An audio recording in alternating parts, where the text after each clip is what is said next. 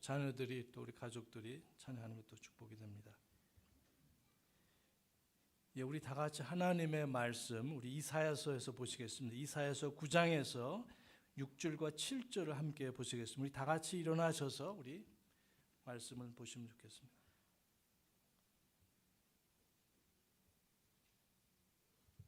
구약의 이사야서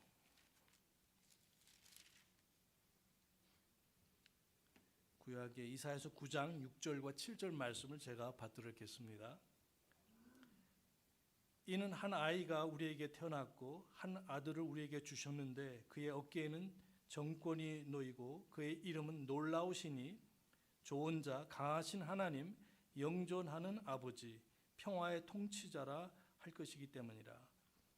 그의 정권과 화평의 번창함이 끝이 없으며 그가 다윗의 왕좌와 그의 왕국 위에 군림하여 그것을 정비하고 이제로부터 영원토록 판단의 공의와 정의로 그것을 굳게 세우리라. 만군의 주의 열심히 이것을 이루리라. 아멘. 좀 제가 읽기가 좀 어렵네요. 그래서 우리 다 같이 기도하시겠습니다. 하나님 아버지, 참 오래전에 예수님 오시기 전에 그전 700여 년 전에 이사야를 통해서 앞으로 오실 그 메시아 예수님에 대해서 예언도 주시고 그 예언이 정확하게 예수님을 통해서 이루어지고 또 우리의 구주가 되시고 마침내 죽으시고 부활하신 그 복음을 통해서 우리가 구원도 받고 또 하나님의 자녀들이 되었사옵나이다. 이제 이 놀라우신 예수 그리스도를 제가 사랑하며 이 아름답고 거룩하신 예수님을 닮아가며 참 복음 사역에 헌신한 저희 한 사람 한 사람 되도록 도와주시옵소서. 이 말씀을 복주시기 바랄 때 우리 주 예수님의 이름으로 기도했사옵나이다. 아멘. 우리 자리에 앉으시겠습니다. 감사합니다.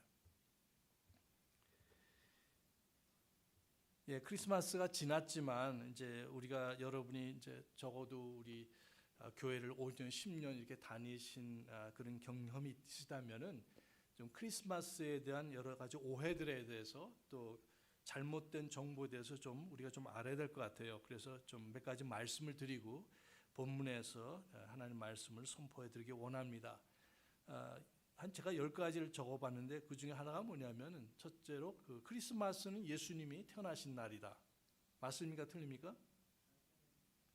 예, 사실 맞을 수도 있어요. 그러나 꼭 그렇지는 않을 수 있습니다. 그래서 왜냐하면 그 베들레헴에 예루살렘하고 비슷하지만은 가까이 있지만 12월 되면 너무 추워서 그 목자들이 뭐 양을 칠 수가 없어요. 그래서 한국에서도 그 강원도 같은 데는 12월이 되면은 이제 우리에 다 들여다 놓고 이제 봄이 되면은 다시 나갑니다. 그래서 예수님께서 12월 25일 태어나셨다는 그런 성경적인 말씀은 없어요. 그러나 반대로 그럴 수도 있습니다. 그래서 지금도 그렇지만 베들레헴의 그 날씨 기후를 보면은 10월 뭐 마지막이나 뭐 11월 초쯤 그리고 예수님의 공생애가 3년이 아니라 3년 반입니다. 그래서 예수님께서 언제 돌아가셨냐면 패스오버 6월절 때 돌아가셨기 때문에 거꾸로 추적을 하면은 그것이 어떻게 됩니까? 3월 달쯤에 혹은 4월쯤에 이제 부활절, 6월절 유대인들의 명절이 있는데 그러면 이제 가을이 될 거예요. 그래서 이제 그 25일 날 태어나셨다는 그런 건 없습니다. 그럼에도 불구하고 뭐 25일을 하루를 정해서 그럼 예수님의 태어나신 탄신일로 정하자 할 수도 있습니다. 그래서 이제 사실 그렇게 지키고 있고 또 어떤 분들은 그것이 뭐 이교도들의 풍습이다. 그 말도 또 일리가 있습니다. 근데 이제 날짜를 모르면 예를 들면 제 집 사람은 생일이 음력인데 양력이 없습니다. 그러면 애들한테 혼동을 주거든요. 그래서 그나마 생일 선물을 못 받으니까 그러면 양력으로 딱 해주면 다 알잖아요. 12월 10일. 그래서 그것처럼 정할 수가 있어요. 예를 들면 또 2월 29일에 태어난 사람은 어떻게 돼요? 2월 29일에 태어난 사람 몇 년에 한 번씩 있어요? 4년에 한 번. 그러면 손해잖아요. 우리 어린이들이 그냥 내 생일은 언제냐고 조르는데 그러니까 뭐 2월 28일 날 정할 수 있어요? 없어요? 혹은 3월 1일 정할 수 있습니다. 그래서 성경에서는 정확하게 맺히는 날이라는 것이 없기 때문에 우리가 정할 수는 있고 그래서 그런 의미에서 12월 25일이 예수님의 뭐 탄생일이다 이렇게 정할 수도 있습니다. 뭐 그거는 괜찮아요. 그러나 정확하게 예수님이 12월 25일에 태어나셨느냐 하는 건 아닙니다. 그걸 오해하시면 안 되겠어요. 그 다음에 동방의 그 현인들이 예수님을 찾아와서 유대의 왕으로 태어나신 그분이 어디 계시느냐 이렇게 그 헤롯 왕에게 물어봤었는데, 그래서 많은 사람들이 아마 그 목자의 방문, 천사들의 그 고지를 듣고 가서 우리도 가서 가보자 이렇게 해서 그 예수님 아기로 갓 태어난 이렇게 그 포대기에 쌓여진 예수님, 아기 예수님을 보고 경배를 했는데, 우리 여기 동방 박사라고 말하는 사람들이 똑같이 가느냐 하는 건 성경에 없어요. 그래서 이제 그런 이제 어려움이 있고, 그리고 또 교파마다 좀 다를 수가 있습니다. 예를 들면 아까 12월 25일이라고 그렇게 했는데, 이 동방 정교에서는 1월 7일 날 그날을 크리스마스로 정해요. 1월 달에 있어요. 그래서 왜 그러냐면은 거기는 우리가 줄리어스 혹은 율리어스 그 달력을 쓰기 때문에 이게 몇백 년에 한 번씩 이게 오차가 생깁니다. 그래서 그걸 계산을 하면은 이제 1월 7일 이렇게 되는데, 나중에 한 400년 지나면 예수님이 더디오시면 그것도 달라질 수도 있어요. 그래서 25일이라 하더라도 그것이 서방에 있는 교회들은 25일로 기념한다고 그러는데, 동방에 있는 교회들은 그리스라든지 러시아 이런 다른 나라에서는 좀 다를 수가 있습니다. 그리고 예수님께서 탄생하셨다고 했을 때 동방의 현인들이 왔을 때 그 예수님은 아기가 아니었었어요. 베이비가 아니라 그냥 차일드로 되어 있습니다. 그래서 여러 가지를 보면, 그리고 꼭 세 사람이 아닐 수도 있다. 그러나 뭐 그림이나 사진 이렇게 카드에서는 그렇게 나타나는데 뭐 그럴 수도 있어요. 근데 그렇지 않을 수도 있다는 것을 우리가 생각했으면 좋겠습니다. 세 번째로, 예수님은 과연 누구시냐? 그래서 예수님을 안 믿는 분들은 상관을 안 하죠. 물론 관심이 없고, 또 성경을 뭐 나름대로 예수님을 믿는다고 하는데 성경을 안 믿는 사람들이 있어요. 그런 기독교인이라 하는데 제 친구들도 그런 친구들이 적지 않아 있습니다. 그냥 뭐 교회 나가는 것이지 꼭 거듭나고 구원받은 그리스도인은 아닙니다. 그래서 이제 이런 분들을 보면은 뭐 예수님을 훌륭한 선생님이다, 스승이다, 인류의 성인이다 등등, 뭐 대언자다, 선지자다 이렇게 굉장히 높게 평가는 하지만 예수님이 하나님이시라는 것을 믿어야 안 믿어요? 안 믿거든요. 예수님이 하나님이시다 하면은 예수님을 그냥 존경하는 정도가 아니라 그 앞에 무릎 꿇고 경배를 해야 되기 때문에 그렇습니다. 그래서 예수님은 단지 하나님이시다. 그리고 예수님께서 사람의 모양으로 나타나셨는데 그건 진짜 사람이 아니다. 이렇게 믿는 사람도 1세기, 2세기에 있었습니다. 그게 잘못된 이교도들의 교리죠. 그러니까 예수님을 하나님으로만 믿는다든지 예수님을 사람으로 믿는다, 둘 다 맞아요, 틀려요? 다 틀리다는 거예요. 예수님은 참 하나님이신 동시에 또한 누구십니까? 참 사람이세요. 그래서 예수님께서는 목마르셨어요. 예수님께서는 배고프셨습니다. 40일 동안 식사를 안 하셨을 때 예수님은 때로 피곤하셔서 주무셨습니다. 예수님께서는 우셨습니다.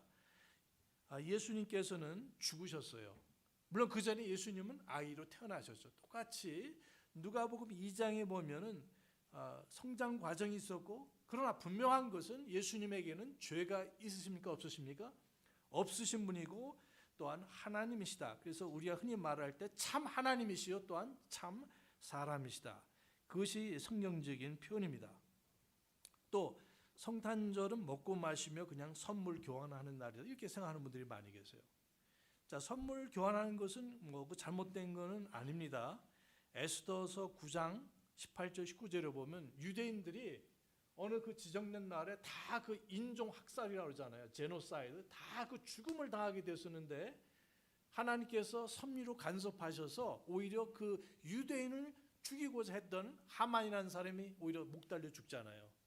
그래서 그것을 기념하기 위해서 하나님께서 자신들을 살려주시고, 왜냐하면 메시아 그 라인이 끊어지면 안 되기 때문에 하나님께서 그들을 긍휼히 여겨주시고 살려주셨습니다. 그래서 너무 감사하고 기뻐서 잔치를 베풀었다 그렇게 얘기하고, 또 그날을 즐기면서 선물도 나눠주고 서로 주고받고 그다음에 음식도 나눴다고 그랬어요. 자, 그래서 뭐 크리스마스 전이든지 후든지 그날이든지 먹고 마시는 건 죄가 됩니까? 안 됩니까? 죄가 아니에요. 괜찮습니다. 그러나 그런 것만 위한 날이다 생각하는 것이 이제 잘못된 것이다.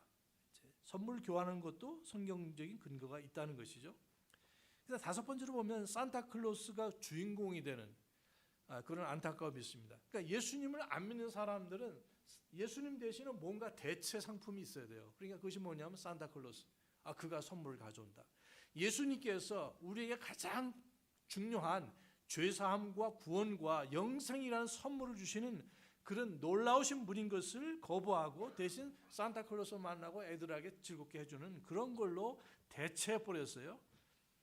자, 이런 것은 잘못된 겁니다. 산타클로스가 뭐 선물을 준다는데 사실은 어떻게 됩니까? 누가 줘요? 부모님 주면서 주잖아요. 그래서 애들이 많은 경우에 황당한 거를 이제 겪게 됩니다. 부모가 거짓말도 하는구나. 뭐 주일학교 선생님이 거짓말하는구나. 그래서 이런 건 아예 그럴 필요 없이 그대로 엄마 아빠가 뭐 할아버지가 뭐 이렇게 아는 우리 친척 뭐 삼촌이나 이모 고모가 이렇게 준비를 했다. 이것이 정확한 표현이고 좋습니다. 여섯 번째로 자 이런 그 크리스마스가 세속화되고 이교도화되기 때문에 어떤 분들은 하나님을 사랑하고 두려워하고 성경을 믿기 때문에 아예 아무것도 하지 말자 이런 분들이 계세요. 여러분 그런 분 들어보셨어요? 예수님이 12월 25일에 탄생하지도 않으셨어. 그러니까 우리는 뭐 똑같이 그냥 뭐 24일이든지 25일이든지 뭐 이렇게 이런 분들이 계십니다. 사실 제가 다니던 교회 제가 71년도부터 81년도 그리고 그 후에 한 3년 정도 거긴 그런 교회였습니다. 그래서 이 크리스마스 행사가 전혀 없어요. 찬양 예배. 그 찬양 예배도 때로는 부활절 칸타타도 하고 또 이렇게 어린이 프로그램, 그다음에 티네이저들, 중고등부 이런 감사 찬양 예배는 있었지만 또 뭐 친교회, 송구 영신 예배는 있었지만 한 번도 크리스마스 한 적이 없어요. 그래도 구원이 감사하고 예수님이 귀하시고 아름답고 하나님이 주신 은혜 속에서 감사하고 기뻐할 수 있어요, 없어요? 할 수 있습니다. 그래서 그 뭐 여러 가지 얽힌 얘기 있지만은 영국에서 사실은 1647년도에 그때 무슨 일이 있었냐면 청교도 혁명이 있었어요. 청교도들은 보수적인 그런 장로교인들입니다. 아마 여러분도 장로교회 다니셨을 텐데 청교도 아시죠? 퓨리탄, 메이플라워 타고 오신 분들 있잖아요. 그분들은 베프티스트는 아니었었어요. 그렇지만 그들이 볼 때 영국 성공회나 뭐 그 영국에서 볼 때 이 크리스마스를 하면서 그냥 먹고 마시고 술 마시고 완전 엉망이 되고 그 천주교가 잘못하는 그런 것들을 보고 아예 우리는 지금부터 국가에서 법을 정해가지고 크리스마스를 뭐 그때 아무것도 안 한다 이렇게 했습니다. 그래서 그런 전통이 이제 침례교회도 소개되었고 그리고 그 사람들이 미국의 플리머스 여기 보스턴 매사추세츠 왔을 때도 똑같은 그런 걸 지켰어요. 우리는 이런 세속화된 그리고 이교도화된 이런 그 크리스마스를 지키지 않는다. 그래서 그 워싱턴 대통령이 장군이었을 때 뉴저지 트렌톤에서 큰 싸움이 벌였는데요. 그때 하나님의 놀라운 역사가 일어났었어요. 근데 그 영국군하고 이제 지금 미 합중국군하고 이제 싸우게 되는데, 근데 이 영국군들이 사실 영국군들이 아니라 그 상당수가 독일 용병들이었습니다. 근데 독일 사람들은 루터의 영향을 받아서 그냥 크리스마스를 기념을 했습니다. 그래서 이게 워싱턴 장군이 어떻게 공격했냐면 크리스마스 때 공격을 했어요. 마음을 놓고 있었을 때. 이런 이제 일화들이 있는데, 그래서 미국의 다른 주에서는 좀 크리스마스를 지키는 편이지만 매사추세츠 주에서는 이 청교도들이 정착한 거기에서 오랫동안 크리스마스를 아예 안 지켰습니다.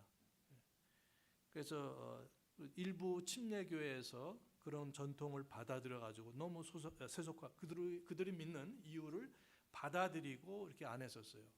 자, 그렇다면 나는 크리스마스를 지키고 찬송도 하고 뭐 선물도 주고받고 뭐 이런 것들이 있는데 어떤 사람들은 안 지킨다는 거예요. 내가 보기에는 한 5% 정도는 안 지키는 것 같아요. 유대인도 어차피 안 지키잖아요. 한우카라는 걸 사람들은 또 지키죠. 수전절.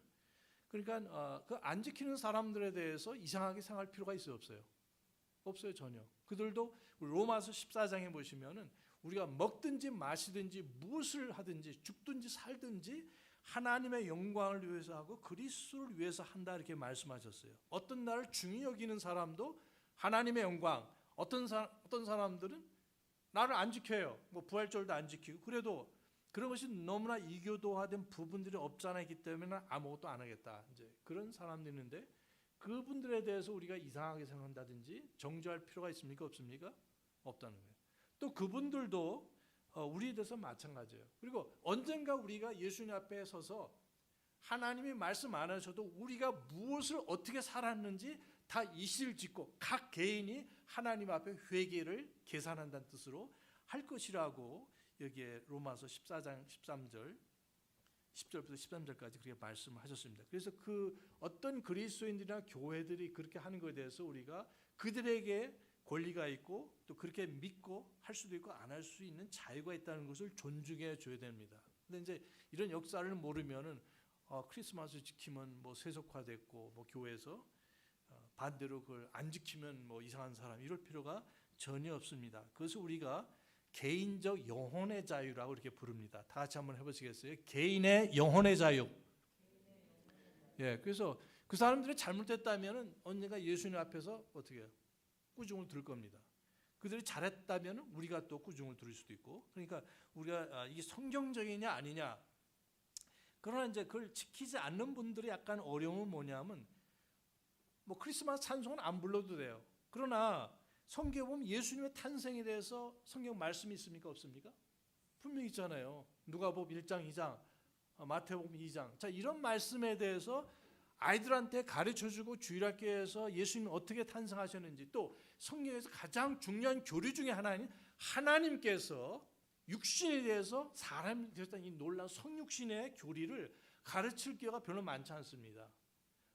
뭐 없다는 것은 아니지만, 그러나 아무래도 북반부에서는 한국이나 일본, 뭐 중국, 북아메리카, 노스아메리카 이런 데서는 12월 달이 시즌이 좋잖아요. 그리고 반대로 이제 호주 같은 데서도 호주를 겨울에 갔었는데 거기에 겨울에 갔었는데 그 사람들은 뭐냐면 어떻게 보면 뭐예요? 눈이 없어요. 노스노. 뭐 산타클로스 뭐 한다 해도 좀 거의 여름입니다. 그렇죠? 그러니까 분위기가 이게 안 맞아요. 그래서 어쨌든 여기에 크리스마스를 지키는, 저도 미국 와서 그것을 같은 독립침례교지만은 지키는 쪽으로 방향을 바꿨는데 안 지켰을 때도 행복하고 기쁨과 감사했었지만 또 이것을 우리가 찬양도 부르고 예수님의 탄생은 성경적인 역사적인 사실이기 때문에 그렇다는 것이죠. 또 아이들에게도 크리스마스 날이든지 이브에 성경 말씀을 가르치고 예수님께서 이렇게 태어나셨단다. 그것이 가정이든 교회에서 그렇게 할 수가 있는 것입니다. 그래서 성탄절을 지키지 않는 것이 아예 뭐 예수님 탄생에 관한 찬송도 안 부르고 뭐 설교도 안 하고 뭐 주일학교에서도 안 하고 집에서 아무것도 안 해도 좋은 일일 수는 있지만, 그러나 제가 보기에는 오히려 그 가르치고 설교하고 그리고 어떤 기념하는 것이 잘못된 것만 아니면 충분한 이유가 있다고 저는 믿습니다. 그래서 많은 또 그리스도인들이 또 독립침례 옛날에 한때 청교도들이 그렇게 했지만 난 그들의 믿음을 존중하고 또 감사하지만 지키는 분도 다 이유가 있어서 지킨다. 이런 크리스마스 추리가 있잖아요. 사실 그 자체는 이교도 풍습인 것은 사실이에요. 그러나 예를 들면 어떤 집이 술집이었는데 교회에서 그 술집을 사가지고 인테리어를 바꿔가지고 예배당으로 만들었어요. 그럼 우리가 그 공간에서 예배를 드릴 수 있어요, 없어요? 드릴 수 있잖아요. 그 집이 전에는 술집이었지만 그래 지금은 뭐예요? 하나님께 영광 돌리는 그런 거룩한 장소가 될 수 있는 것처럼 그 크리스마스 추리가 이교도였던 것도 사실이지만 이젠 그것이 아니라 참 살아계신 하나님을 사랑하고 경배하는 그러한 좋은 또한 관습을 만들 수도 있습니다. 근데 이제 어떤 분들은 예레미야 10장 3절에서 그 백성들의 관습이 헛되니 사람이 숲에서 나무를 베어내고 뭐 같아요? 크리스마스 추리 같잖아요. 그다음에 장인의 두 손이, 장인이라는 것은 크래프트맨이라는 뜻인데 장인의 그 두 손이 도끼로 그것을 잘 뭐 다듬어 가지고 그것은 추리가 아니라 뭐냐면 크리스마스 추리가 아니라 뭐냐면 우상이에요. 그러니까 성경적으로 잘못된 건 사실은 없어요. 근데 그것에 대해서 숭배를 한다 그러면 그 우상 숭배가 되지만 뭐 아이들하고 데코레이팅하고 어떤 뭐 불 켜고 이런 것은 잘못된 것이 있어요, 없어요? 성경적으로요. 사실 없습니다. 그럼 어떤 분들은 왜 교회에서 트리를 갖다 해놓습니까? 나 교회 안 올래 이런 분도 계세요. 그러나 이제 그런 분들 잘 설명해가지고 이 말씀을 예레미야서 여기 10장 3절을 인용하는데 그 말씀은 그 크리스마스 추리를 자르는 것이 아니라 나무를 잘라가지고 우상 만드는 것이 하나님을 심히 경노하게 한다, 이런 경고의 메시지, 심판의 메시지를 하는 것뿐입니다. 7번째, 임마누엘의 말의 뜻이에요. 많은 분들이 개혁 성경을 많이 썼기 때문에 함께 하시는 우리와 하나님이 우리와 함께 하시다. God is with us. 그것이 이제 히브리 말인데, 근데 그것은 정확한 번역이 아닙니다. 개혁 성경 많은 성경들이 이렇게 되는데 정확한 번역이 아니에요. 그 뭐냐면 God with us. 거기 비동사가 없어요. 그러니까 예수님은 누구냐? 우리와 함께 하시는 하나님. 그대로 그냥 절로 돼 있어요. 구로 돼 있어요. 문장이 아니라. 근데 하나님이 우리와 함께 하시다. So what? 애매한 거죠. 그거는 예수님이 없어도 하나님께서 우리가 함께 하신다. 우리 예배 중에 함께 하시고 뭐 우리가 하나님을 위해서 봉사할 때도 우리와 함께 하신다. 그런 뜻이 될 수 있기 때문에 우리 킹제임스에 있는 그대로 God is with us가 아니라 God with us가 맞다는 거예요. 그리고 그릭 말에도 그 비동사가 없습니다. 늘 수는 있지만 그러나 이게 정확한 번역은 임마누엘의 뜻은 우리와 함께 하시는 하나님. 하나님이 우리와 함께 하시다가 아니라 우리와 함께 하신 하나님이다. 예수님은 곧 하나님이라는 것을 분명히 강조하고 있는 것입니다. 어떤 그 교회 나가지만 예수님을 진정으로 안 믿는 분들은 예수님은 사람들의 제자들에 의해서 신격화됐다. 신화지 이게 진짜가 아니다. 예수님이 기적을 베푸시고 이런 식으로 아까도 말씀드렸지만 제 친구들 중에 그런 친구들이 좀 있어요. 기독교 학교고 또 뭐 기독교 대학교까지 갔지만 예수님이 전혀 누구신지 모르기 때문에 그냥 진짜 예수님이 하나님이실 수가 없지 이렇게 딱한 생각을 하는 분들이 있습니다. 아홉 번째, 예수님은 사람의 종으로만 오셨다. 그렇지 않습니다. 예수님은 빌립보서 2장에 보시면 2장 6절 이하에 보시면 예수님은 자신이 하나님과 같은 분인데 그러나 여기에 사람의 모양으로 오셨다고 말씀하셨어요. 그래서 예수님이 하나님이시다라고 이렇게 선포하셨을 때 그것은 전혀 강탈이 아니라고 그랬어요. 자기 자신이 하나님이 아닌데 그렇게 한 것이 아니라 예수님은 하나님과 똑같은 분이신데 사람으로 되셨고 종으로 오셨고 그리고 마침내 십자가에 죽으셨다고 말씀하고 있습니다. 그러나 여전히 예수님께서는 이 땅에 계셨을 때 한 번도 자신이 하나님이신 것을 포기하신 적이 없습니다. 그 잘못된 그런 신학을 가지고 있는 사람들이 있어요. 예수님은 종으로만 오신 것이 아니라 여전히 예수님은 왕이시고 만왕의 왕이십니다. 이런 걸 조심하셔야 되겠습니다. 마지막으로 말씀드린다면 그 잘못된 생각, 크리스마스에 대해서 예수님의 탄신을 기뻐하기만 했다. 그렇지는 않습니다. 옛날이나 지금이나 예수님의 탄생을 무관심하게 볼 수도 있고 예수님께서 우리 죄 때문에 이 땅에 오신 것에 대해서 전혀 조롱하는 사람도 있고 신화라고 얘기하는 사람도 있고 그러나 성경에 여전히 보면은 여기에 그 엘리자베스 마리아의 사촌이죠. 사촌에게 그 예수님은 이제 메시아시다라는 것을 또 이렇게 가르쳐주고 또 마리아도 물론 그렇게 가브리엘을 통해서 그것을 들었습니다. 그리고 또 나중에 우리가 아는 대로 우리 그 침례 요한도 베이비를 있을 때 그 복중에 있었을 때 자기 어머니 엘리자베스가 복중에 있었을 때 마리아가 방문했을 때 어떻게 했어요? 아주 성령 충만해서 기뻐했다고 그렇게 말씀하고 있습니다.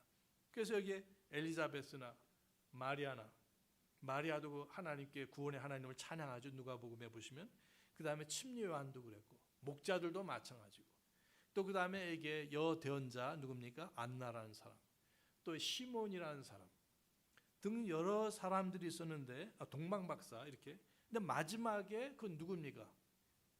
예수님을 죽이려 했던 사람이 누구예요? 헤롯 왕이 있었죠.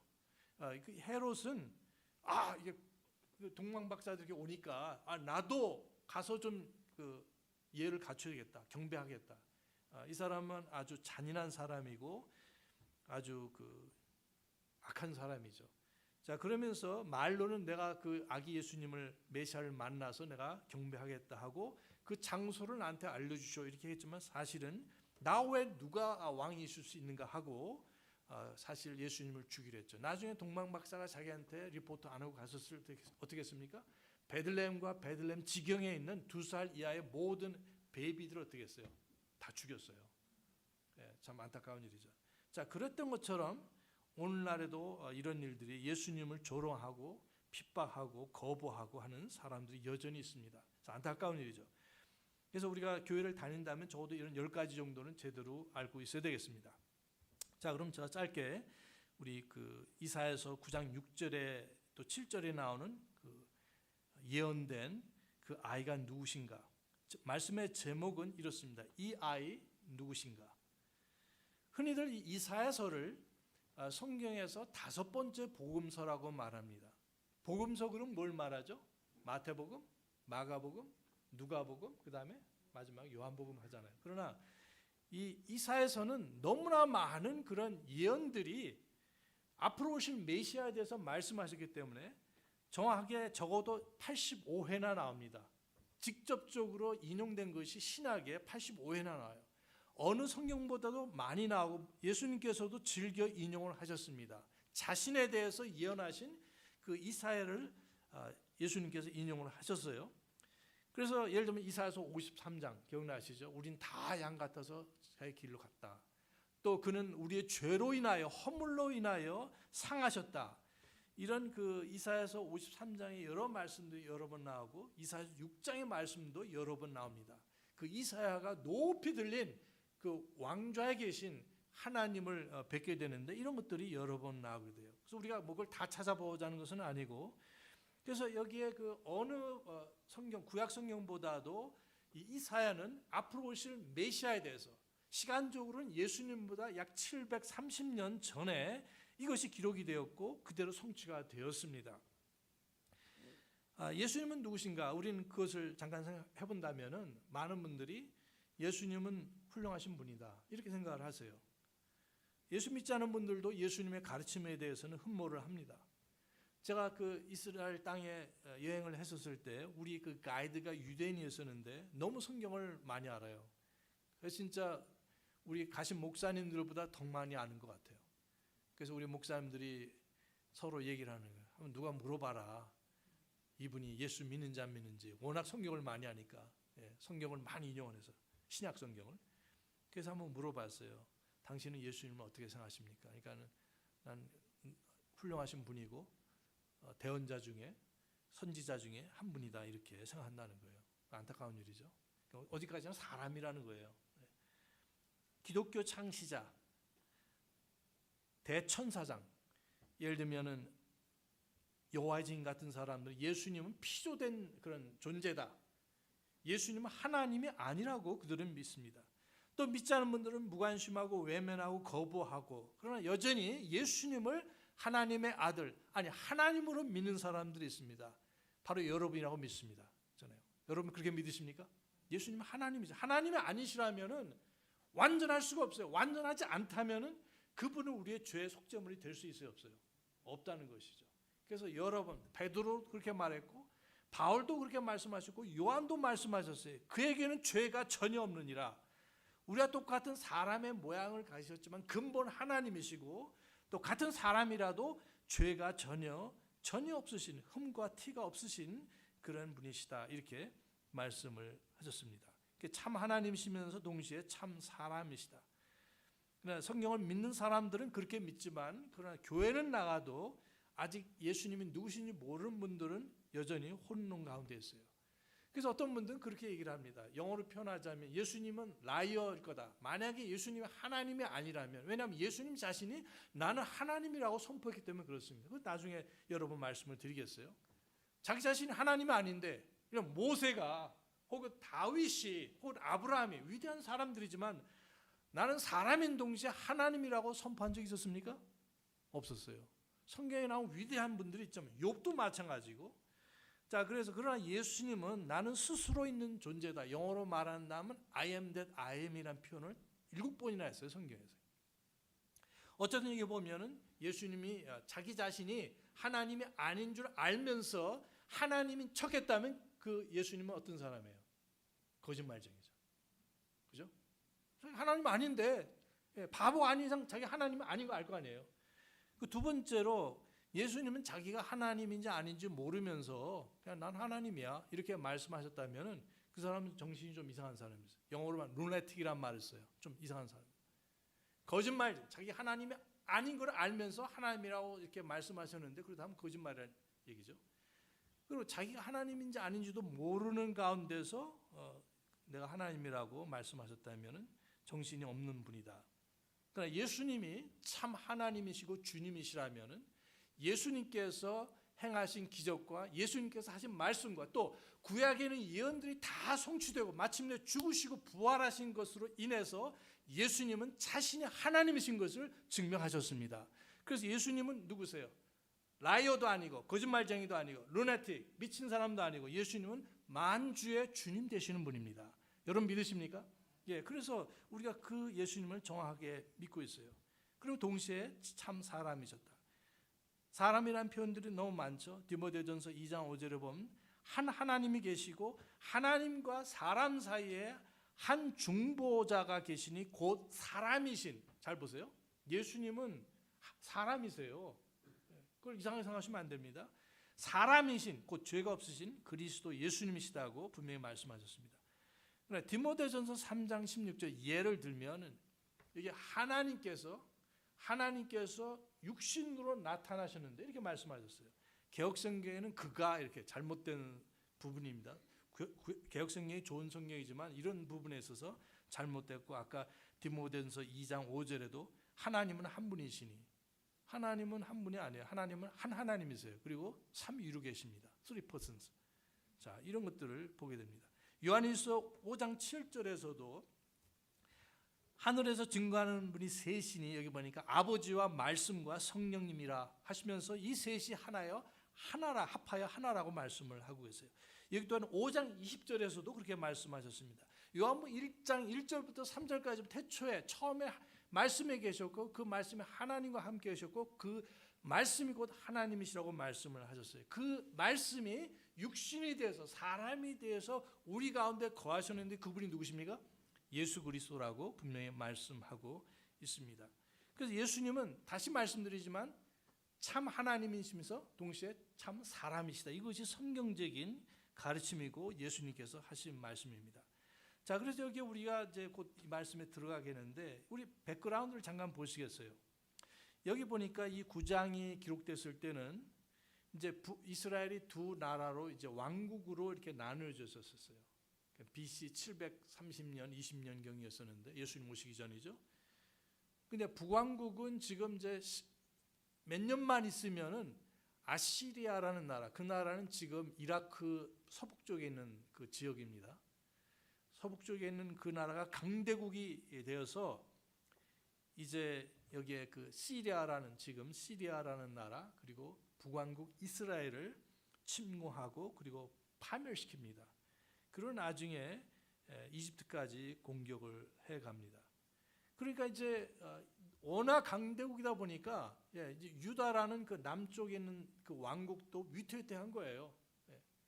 그래서 그 사네그립이라는 그 왕이 쳐들어왔을 때 여러 번 공격을 했지만 쳐들어왔을 때 뭐라고 놀렸냐면 내가 너희에게 2,000필의 말을 줄 테니까 네 기병 좀 모아봐라. 그러니까 음식도 없고 다 식량이 떨어지고 성문은 굳게 잠긴 채 시간만 보내고 있는데 그리고 와서 조롱을 하는 거예요. 외교관들이 와서 그러니까 히브리 말을 할 줄 아는 외교관들이 와서 하나님을 회방하고 하나님이 너희를 버렸고 하나님이 너희 왕 히스기야도 버렸다고 이렇게 얘기를 하고 있었습니다. 그러니까 정말 안타까운 상황이었습니다. 근데 히스기야의 아버지가 아스인데 아스는 그러한 그 국난을 보고 나서 하나님께 부르짖고 하나님을 찾았어요? 안 찾았어요? 안 찾았어요. 하나님께서 그럼 내가 너를 도와줄 테니까 나에게 구하고 그리고 표적을 구하라. 그럼 내가 표적을 구하는 것이 잘못됐지만 그래도 내가 기꺼이 해주겠다 그랬는데도 안 했어요. 뭐 제가 할 수 있나요? 하면서 겸손을 떨었지만 실상은 하나님이라도 소용이 없다. 하나님을 불신한 그런 아스 왕인 것을 보게 됩니다. 안타까운 일이죠. 다행히 히스기야 왕은 아버지를 본받지 않고 경건한 왕이었습니다. 여기 사네그립 왕이 보내준 외교 문서를 보고 하나님 전에 가서 그것을 차려놓고 오픈해놓고 하나님께 통곡하면서 하나님 도와달라고 외쳤습니다. 하나님께 도와주셨습니까? 주님께서? 네, 도와주셨어요. 그래서 하나님께서 한 영을 보내셨는데 그 한 영만 보내는데 그 밤을 자고 나니까 몇 명이 죽었습니까? 18만 5천 명이 죽었어요.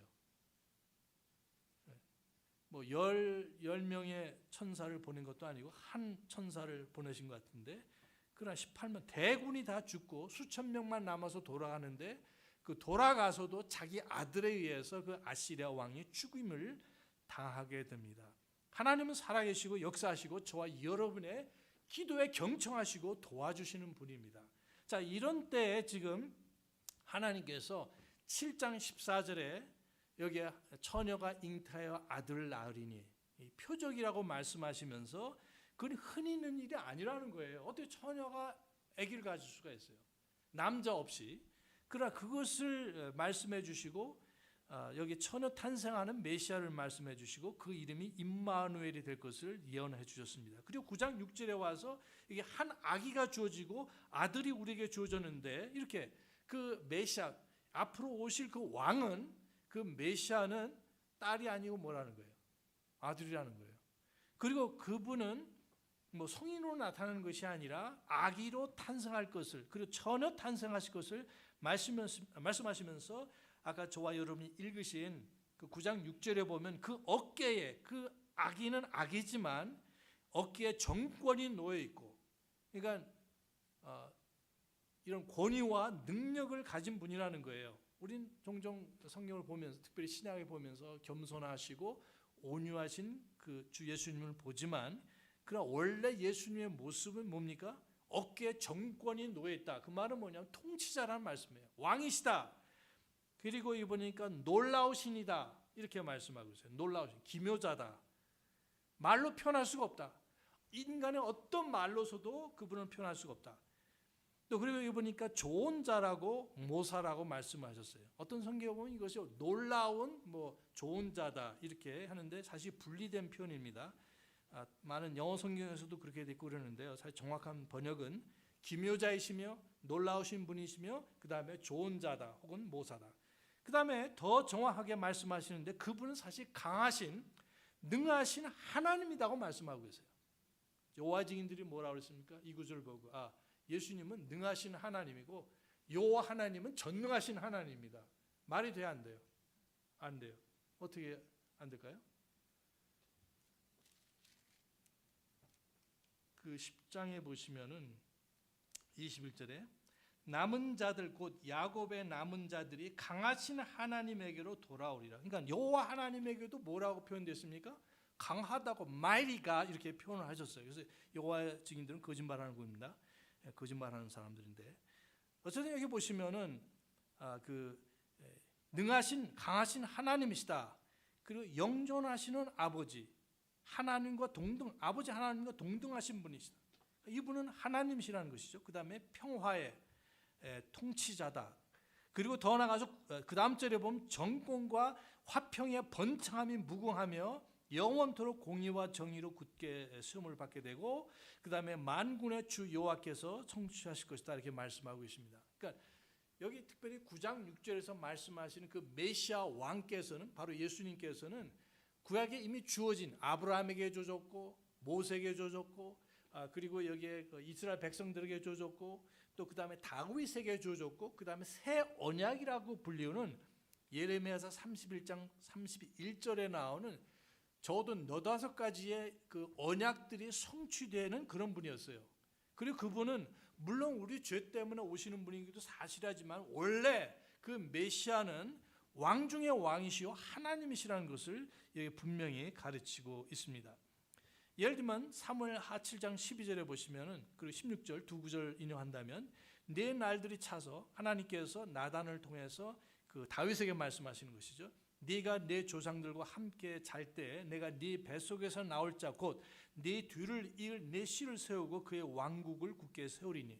사실 가깝게는 솔로몬을 두고 하신 말씀이지만 그 16절에 가시면은 솔로몬이 아니에요.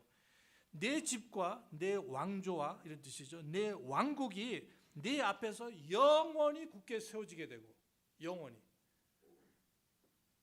솔로몬의 왕국은 영원했습니까? 끝났어요, 여러분. 이스라엘 망했을 때. 그러나 하나님께서는 다윗에게 네 왕조는 영원할 것이다. 그리고 네 왕좌가 영원히 굳게 서리라. 이 말씀은 뭐냐면은 진짜 다윗을 이어서 왕으로 오신 분은 솔로몬이 아니라 누구세요? 예수님인 것을 말씀하고 있습니다. 그래서 우리가 이것을 유명한 다윗의 언약이라고 이렇게 부르기도 합니다. 누가복음 1장 32절 33절에서도 이렇게 말씀하셨습니다. 앞으로 오시게 태어나게 될 그분에 대해서 그가 크게 되고 가장 높으신 이의 아들이라 불릴 것이요 주 하나님께서 그의 조상 다윗의 왕좌를 그에게 주시니. 누굽니까? 그분이 누구세요? 예수님이시죠. 그가 영원토록 야곱의 집을 통치하며 그의 왕국이 무궁하리라. 결국 나중에 예수님께서 다시 오셔서 심판하시고 천년 왕국을 세우시고 그 왕국은 어떤 면에서는 좀 불안해요. 왜냐하면 죄가 여전히 존재하기 때문에. 그러나 인간이 경험할 수 있는 그런 가장 그 지상의 그 낙원이면서 또 하나님께서 예수님께서 공의로 심판하시고 법을 제대로 집행하신다는 거예요. 악한 사람들이 피할 길이 없어요. 하나님께 예배하지 나오지 않으면은 하나님께서 죽이십니다. 무섭죠. 천년 왕국 때 그렇게 돼요. 예수님을 인정하지 않으면 하나님께서 비를 안 주신다 그래서 그런 나라들은. 자, 이런 것들이 왜냐하면 하나님의 그 살아계심, 예수 그리스도의 통치가 정말 공의와 그런 평화가 여기에 집행이 되는데도 하나님의 살아계심이 눈에 그렇게 선하게 보이고 그럼에도 불구하고 예를 들면 그 11절에 보면 이런 말씀들이 있어요. 11절에 보시면 11장에 보시면 6절에 이리도 어린 양과 함께 거하며 표범이 염소 새끼와 함께 누우며 송아지와 젊은 사자와 살찐 짐승이 함께 있어 어린아이가 그것들을 인도하며. 맹수들이잖아요. 여러분 어린아이들이 사자나 이런 맹수들을 이끌어가는 거 보셨어요? 천년 왕국이 되면 예수님께서 통치하실 때 그렇게 된다는 것이죠. 젖먹는 아이가 독사의 구멍에서 놀며 젖된 아이가 독사의 굴에 손을 넣을 것이로되. 지금 그렇게 한번 해보세요, 여러분. 그럴 분 안 계시지만은 말이 안 되잖아요. 자, 이것은 예수님께서 이제 앞으로 오셔서 지상에서 왕국을 건설하시고 그런 때가 오지만 그것이 끝나고 영원한 천국이 본격적으로 시작될 때 그 예수 그리스도의 왕국은 역시 영원하다 이렇게 말씀을 하고 계신 것입니다. 자, 이런 하나님께서 여기 지금 풍전등화와 같은 어려운 위기 속에 있는 이게 북왕국은 하나님께서 아예 포기를 하셨어요. 이제 이 북왕국 이스라엘은 이제 소망이 없고, 그래서 하나님께서 다윗을 기억하시면서 다윗의 왕조를 적어도 120년 동안 보존시키시는데 하나님께서 이런 약속을 주셨어요. 그것이 이제 9장 1절부터 7절까지 있는 말씀입니다. 여기 보시니까 첫째로 무엇을 약속해 주셨냐면 흑암에서 빛으로 옮겨주신다고 약속하셨어요. 메시아가 오시게 되면은 이제 흑암 가운데 있는 이 불쌍한 죄인들, 또 여기 유대인뿐만 아니라 갈릴리 지역에 있는 거기서는 이방인들이 많이 살았어요. 유대인도 살았지만 그래서 남쪽에 있는 예수님 당시에 유대인들은 사마리아 사람이라든지 이 갈릴리 사람들을 무시하고 무식하고 하나님도 모르는 이런 아주 그 차별 대우를 너무 많이 했었습니다. 근데 그럼에도 불구하고 하나님께서는 흑암 가운데 있는 죄악 가운데 있는 유대인뿐만 아니라 저와 여러분과 같은 이방인들을 기억하시고 메시아께서 사역하실 것을 말씀하시고 있습니다. 거기 9장을 잠깐 보시면은 그러할지라도 그 흑암은 그 땅이 괴로움을 당하던 때 흑암과 같이 아니하리니 그때에는 그분께서 처음에 스불론 땅, 이게 북쪽입니다. 갈릴리. 그다음 납달리, 이 갈릴리 서쪽이 스불론이고 납달리 땅은 그 북쪽인데 가볍게 괴롭히시고 그래도 긍휼히 여겨주시고 나중에 요르단 건너편 바닷길 옆 민족들이 거하는 갈릴리에 있는 그 땅을 심히 더욱 심하게 괴롭히셨느니라. 2절에 어둠 속에 다니던 백성이 큰 빛을 보았고 사망의 그늘진 땅에 거하는 자들 곧 그들에게 빛이 비추었도다. 그래서 예수님께 메시아께서 오시면 곧 예수님께서 오시게 되면 흑암 가운데서 죽음 가운데서 죄악으로 가득 찬 전 세계가 그렇지만 특별히 이스라엘 땅에서 갈릴리 지역에 있는 사람들에게 거기에 있는 이방인들에게 빛과 구원이 임한다는 그런 약속을 주셨습니다. 그래서 예수님께서 회개하라 하늘의 왕국이 가까웠다고 선포하셨을 때 마태복음 4장 13절부터 16절까지 보시면은 갈릴리 그 지옥에 이 말씀을 인용하셨어요. 이 말씀이 성취되었다.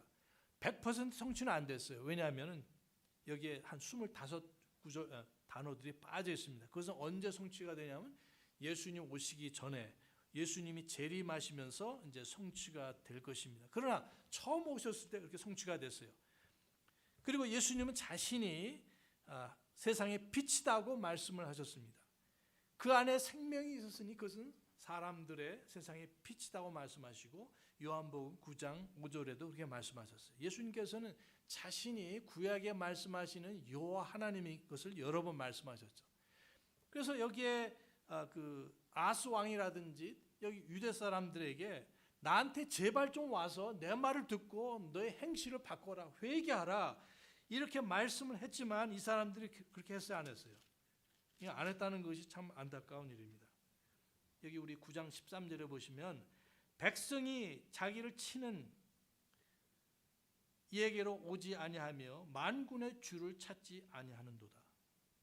이것은 믿지 않은 사람도 그렇지만 종종 믿는 사람들도 자기 멋대로 살아가면서 하나님 뜻이 아니라 자기 뜻대로 살아가면서 그 삶 속에 결코 평안도 없고 만족도 없고 기쁨도 없지만 그러면서 하나님께 돌아오지 않아요.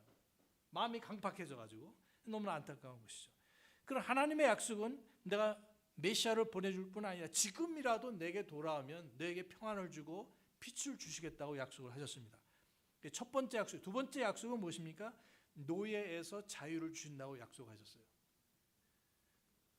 성경에 보면 창세기에서도 이분은 그렇게 생각을 했습니다. 이제부터는 네가 하나님의 필요 없고 여호와 하나님 필요 없고 네 자신이 하나님이 되는 거야.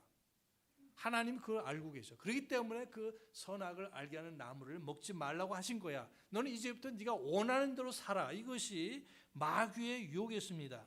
하나님 뜻대로 살라고 살지 말라 안 하고 그냥 네가 원하는 대로 살라고 마귀는 속삭였습니다. 그래서 하나님을 버리고 이브와 아담은 결국 사단을 택했습니다. 근데 그런 참 자유가 있는 것이 아니라 어떻게 됐습니까? 그 후부터 그는 죄의 노예가 되고 죽음의 노예가 되고 사단의 노예가 되고 말았습니다. 자신이 소경이 됐다는 것을 알지 못하는 거예요. 예수님 당시에서도 너희가 소경인 것을 알면은 너희가 차라리 낫다고 말씀하셨는데, 왜냐하면 자신이 소경인 것을 모르는 겁니다. 이 사람들이 내가 이렇게 눈이 훤하게 뜨였는데 왜 내가 소경이냐.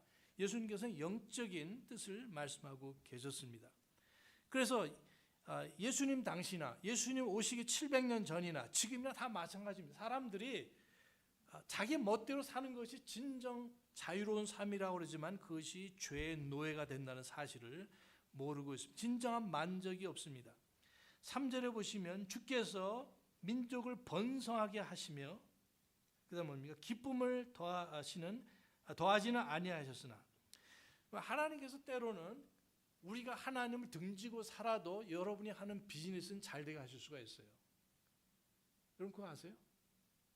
건강하게 하실 수도 있어요. 우리 자녀들이 잘 될 수도 있어요. 그래서 우리 착각을 합니다. 이렇게 되는구나.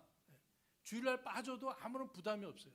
지난 2년 동안 우리 이제 건강 문제 때문에 못 오신 분들 말씀하는 건 아닙니다. 이 일주일이라는 사이클이 없어졌습니다. 여러분은 오시기 때문에 주일이구나 가야 된다 이렇게 생각하지만 어떤 분들은 우리 교회 아니래도 많은 그리스도인들이 교회를 못 나갔고 또 안 나가고 이러는데요. 그 문제는 뭐냐면은 안 나가도 별 차이 없거든요. 거기에 익숙해져 가지고 그런 상태가 됐고, 그것을 마귀가 노린 겁니다. 너 하나님께 경배하지 않아도, 너 하나님의 영광을 위해서 살지 않아도 아무 일 없잖아, 괜찮잖아, 이렇게 그런 유혹에 넘어가는 안타까움이 있는 겁니다. 자, 하나님께서 종종 그래도 긍휼히 여겨주셔서 우리가 사회에서 잘 되고 비즈니스도 괜찮고 좋은 직업도 가질 수가 있고 건강할 수 있고 자녀들도 잘 되고 나도 부족한 것이 없는 것처럼 느껴도 그것이야말로 사실 화입니다. 저주예요. 왜냐하면 하나님 찾지 않기 때문에, 하나님을 구하지 않기 때문에, 예수님의 영광을 위해서 살지 않기 때문에. 자, 그래서 여기 보면은 사실 이제 놀라운 것 중 하나는 여기에 킹제임스 성경에는 not란 말이 들어있어요. 3절에. 그래서 그 기쁨을 더하지는 않으셨다 그렇게 이제 말씀을 하셨는데, 이건 좀 약간 다른 얘기가 되기 때문에 일단 넘어가겠습니다. 마귀는 우리에게 자유를 약속하지만 그러나 속박을 줍니다. 마귀는 한 번도 약속을 지킨 적이 없어요. 마귀는 우리에게 너 정말 행복할 거야, 이렇게 내 말만 들으면 행복할 거야, 내 말만 들으면 모든 게 잘 될 거야, 평화로울 거야. 하지만 나중에 오는 건 뭡니까? 노예가 되는 것이고 속박이 되는 것이고 죽음이 되는 것이고 파멸이 되는 것을 우리는 종종 깨닫지 못하는 안타까움이 있습니다. 결국 여기에 이제 메시아가 오시게 되면 이것은 이제 예수님의 재림을 말씀하시는데요. 여기 4절에 보면 군사적인 정복, 미디안 족속을 물리친 것처럼 300명의 기돈 군사가 그런 날이 오게 될 것이다. 그리고 너희 스스로 번영하는 것이 아니라 여기 보니까 4절에 보면은 for라는 말이 나와요. 5절에도 for라는 말이 나오고 6절에도 for. 왜 내가 너한테 그런 약속을 능히 줄 수 있느냐 하면 나는 그런 것을 할 수 있는 하나님이기 때문에 그렇다는 겁니다. 너희가 지금 흑암 속에 있지만 광명을 줄 수가 있고 노예 상태에 있지만 참 자유를 줄 수 있고 이런 말씀을 하시기 때문에 이유를 갖다가 붙이셨어요. 그리고 하나님이신 예수님만이 죄의 속박에서 우리에게 참 자유와 기쁨을 주실 수 있습니다. 아들이 너희를 자유롭게 하면 참으로 자유롭게 된다. 진리를 알지니 진리가 너희를 자유롭게 한다 이렇게 말씀을 하셨습니다. 근데 문제는 다시 한번 보지만 사람들이 오지는 않습니다. 아하스는 결국 하나님께 돌아오질 않아요. 끝까지 고집을 피고 가다가 그냥 그렇게 인생을 마치게 됩니다. 그런 걸 본다면은 이런 번영하는 것이 축복이 아니라 화가 될 수가 있고 오히려 이런 팬데믹이 오히려 나를 연단하고 앞으로 3년, 5년, 10년 후에 돌이켜볼 때 그 어려운 아주 그 뭡니까? 코로나 말만 들어도 지긋지긋했는데 하나님께서 나의 삶 속에서 이런 역사를 하시다니 하고 여러분 감사가 될 수 있고 찬양이 올 것을 믿으시기 바랍니다. 하나님 그런 분이세요. 우리를 노예 상태가 아니라 참으로 합력해서 선을 이루시고 자유를 주십니다. 마지막에 혼란 대신에 평화를 주시는 분이세요. 그래서 예수님의 이름이 여기 보니까 평강의 왕이다. 여기 평화의 통치자다. 죽음, 파멸, 질병, 불행, 분리 이런 것들이 죄로부터 왔지 않습니까? 에베소서 2장 14절에 보시면 예수님은 우리의 화평이 되셨다고 말씀하셨어요. 그 보배로운 피를 통해서 하나님과 가깝게 되었고 또 유대인과 이방인 사이에 있던 그런 불화, 어떤 그런 원수됨이 무너져 버렸다 이렇게 사도 바울은 말씀을 하고 있습니다. 저와 여러분이 이 세상에서 평화를 구한다고 하면 그것은 불가능합니다. 잠깐 인조적인 그래서 예수님께서도 내가 너에게 주는 평화는 세상에 주는 평화와 같다고 하셨나요? 다르다고 말씀하셨잖아요. 초자연적인 평화. 고난 중에서도 내게 위로와 능력을 주시는 그런 평화를 말씀하셨는데 예수님만이 참된 평화를 주실 수가 있습니다. 그래서 영적인 평화, 정신적인 평화, 물리적인 예수님께서 재림하셔서 이제 천년 왕국을 이루시게 되는데 전 세계에 그런 평화와 공의가 실천하는 때가 온다고 말씀하셨습니다. 예수님은 다시 말씀드리지만 하나님이세요. 예수님은 여호와 하나님이십니다. 우리는 종종 예수님은 분리를 합니다. 여호와 하나님 따로 있고 예수님 따로 있고. 그러나 성경에 보시면 스스로 있는 분, 그것이 여호와의 이름의 뜻인데 예수님께서 여기 요한복음에서 7번이나 우리 요한복음이나 계시록에 보면 7이라는 숫자가 매우 많이 나옵니다. 근데 여기 보면 요한복음 8장 24절 내가 스스로 존재하는 직역을 한다면 내가 스스로 존재하는 여호와 하나님인 것을 믿지 아니하면 그리스 말로는 에고 아임이라는 말이에요. 에고는 나, 에고라는 말 쓰죠 영어에서요. 아임이라는 비동사고 I am. 내가 스스로 존재하는 자인 것을 믿지 아니하면 너희가 죄 가운데서 죽는다. 28절에서도 같은 말씀하시고 또 여기 58절에서는 아브라함이 있기 전에 내가 존재하고 있다. was가 아니라 I am 이런 표현하셨습니다. 자 그리고 13장 19절, 18장 5절부터 8절, 4장 26절, 6장 20절 7번이나 예수님은 나는 스스로 있는 자다 말씀하셨어요. 요한복음 12장 41절과 45절에 보면은 이사야가 앞으로 오실 메시아의 그의 영광을 보았다 이렇게 말씀하셨어요. 영광을 보고. 그러니까 이사야가 본분은 여호와 하나님인데 그 하나님이 누구십니까? 이사야서 6장에 보면 그분이 예수님이라는 거예요. 왜냐하면 여호와 하나님을 보면은 그 사람은 살아 있을 수 있나요? 살아 있을 수가 없어요. 반드시 죽는다고 출애굽기 34장 20절에서 말씀하셨습니다. 죽지 않았어요. 그건 뭐냐면 요한복음 12장 41절 45절에서도 말씀하셨고 출애굽기 34장 20절에서 말씀하셨듯이 그분은 예수 그리스도시기 때문에 성자 하나님 예수님이시기 때문에 이사야가 죽지 않았습니다. 여러 번 다른 데서 나오지만 그렇게 볼 수가 있습니다. 나를 보고 살 자가 없을 터이므로 네가 내 얼굴을 보지 못하리라. 모세에게 그렇게 말씀하셨습니다. 따라서 우리는 예수님을 이 크리스마스 시즌에 생각을 하면서 예수님 그저 감사합니다 정도가 아니라 그 예수님 앞에 무릎을 꿇고 경배하는 저와 여러분 되시기 바랍니다. 왜냐하면 그분은 참 하나님으로서 전능하신 분이시요 죄가 없으신 분이시요 또한 예수님은 사람으로서 죽으실 수 있었기 때문에 저와 여러분을 위해서 고난당하시고 죽으셨고 부활하셨습니다. 그래서 우리의 참 구주가 되실 수 있었습니다. 사랑하는 여러분, 이 세상 사람들이 예수님을 제대로 모른다 할지라도 구원받은 성도들은 예수님이 누구신지 잘 알고 있습니다.